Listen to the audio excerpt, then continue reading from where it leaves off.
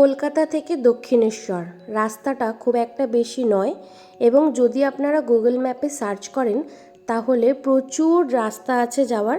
আমরা যে রাস্তাটা আজকে ফলো করব তা হলো ধর্মতলা হয়ে, চাঁদনি চক হয়ে, শ্যামবাজার হয়ে বরানগরের রাস্তাটা ধরব। এছাড়াও প্রচুর যাওয়ার রাস্তা রয়েছে এবং আবারও বলছি দূরত্ব খুব একটা বেশি নয়, তাই নানা রকমভাবেই আপনারা যেতে পারেন। তবে এখানে একটা কথা বলে রাখি, আমরা বরানগরের রাস্তাটা ক্রস করার পরে রাস্তার কন্ডিশন খুব একটা ভালো ছিল না, তাই ফেরার সময় আমরা অন্য রাস্তা দিয়ে ফিরেছিলাম। সেটাও আপনাদের সাথে আমি ব্লগে সমস্তটা শেয়ার করব। So hello to all my friends, আপনাদের সকলকে আমার নতুন একটি ব্লগে সুস্বাগতম জানিয়ে আমি আমার আজকের ব্লগটা শুরু করলাম। তো যেমনটা আপনাদের বলেছিলাম, আমরা শ্যামবাজার হয়ে বরানগরের রাস্তাটা ধরবো এবং আমরা এখন রয়েছি বরানগর ব্রিজের ওপরে।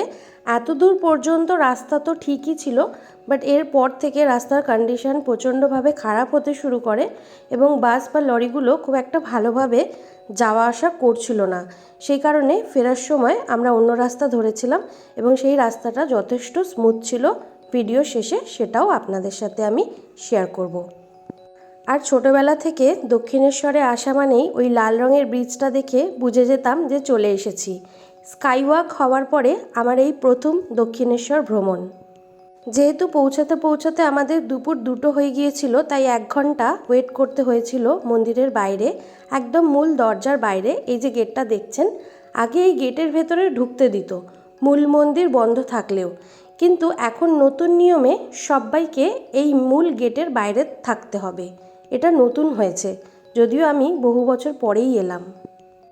তো বাইরে মোটামুটি 1 ঘন্টা ওয়েট করার পরে যখন আমরা মন্দিরে প্রবেশ করলাম, মনটা কেমন যেন এক শান্ত হয়ে গেল।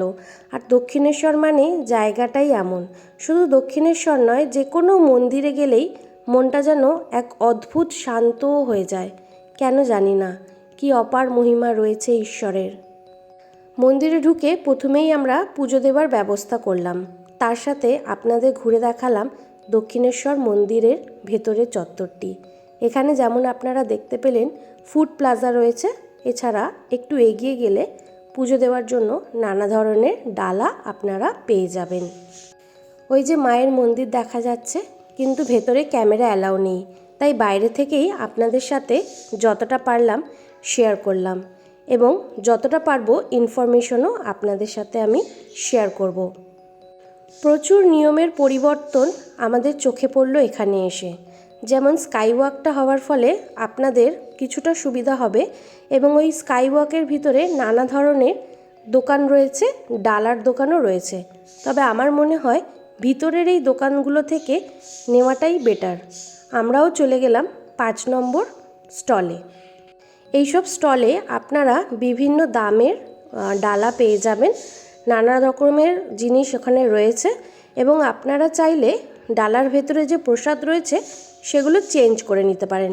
যেমন আমরা প্যারার বদলে মাখা সন্দেশ নিয়েছিলাম, কারণ কি এখানে প্যারার কোয়ালিটিগুলো খুব একটা ভালো বলে আমার মনে হয়নি। মাখা সন্দেশটা দারুণ ছিল। আর এই যে ডালাগুলো দেখছেন, এর ব্যাপারে ডিটেলসও আপনাদের আমি বলে দেব। দুপুর 12:30টার পর থেকে মন্দির বন্ধ হয়ে যায় এবং খুলতে দুপুর 3টে হয়ে যায়। এই সময়টুকু আপনারা মাথায় খেয়াল রেখে আসবেন, যদিও ওই সময়ে আপনারা আদ্যা মায়ের মন্দিরও ঘুরে আসতে পারেন। তো কোন ডালাগুলোর দাম কীরকম একবার জেনে নেওয়া যাক, যাতে করে আপনারা যখন আসবেন আপনাদেরও কিনতে সুবিধা হবে। দাম বলুন তো। এগুলো 100 আছে, এটা 151 আছে, ওটা 200 আছে, এগুলো মায়ের শাড়ি দিয়ে 351 আছে, এটা মায়ের শাড়ি চেলি ফল মিষ্টি সব দিয়ে 500 টাকা কম দিয়ে দেওয়া আছে, এটা 1000 টাকা কম দিয়ে দেওয়া আছে, যা যা লাগে সব মায়ের শাঁখা পোলা ফল সব দেওয়া আছে।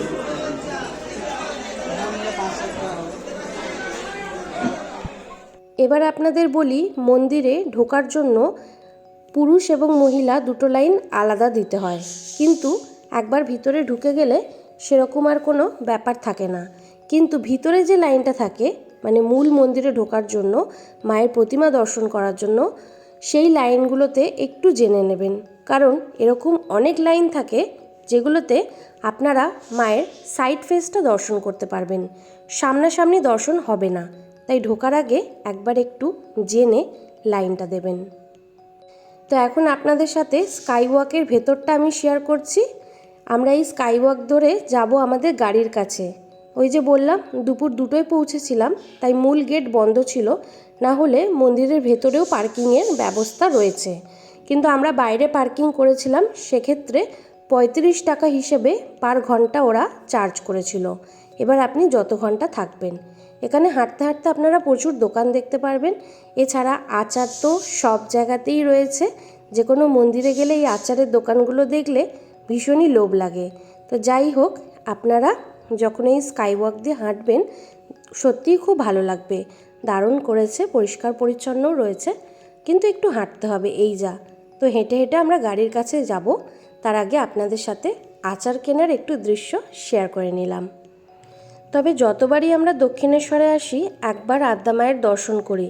এবারে সেটা হলো না, সময় কম থাকার জন্য, এবং রাস্তাটাও খুব একটা ভালো ছিল না। সেই কারণে ফেরারও একটা টেনশন ছিল যে কোন রাস্তাটা আমরা ধরবো। যদিও রাস্তা ভালোই পেয়েছিলাম, যে রাস্তা দিয়ে আমরা এসেছিলাম সেটা আপনাদের দেখাচ্ছি। তার আগে এই লাস্ট স্কাই ওয়াকটা আপনাদের দেখিয়ে দিলাম। এরপরে আমরা নেমে যাব ট্রেন, মানে আপনারা দেখতে পাচ্ছেন এগুলো দূরপাল্লার ট্রেন। এই রেলওয়ে স্টেশন আর মেট্রো স্টেশন একদম পাশাপাশি।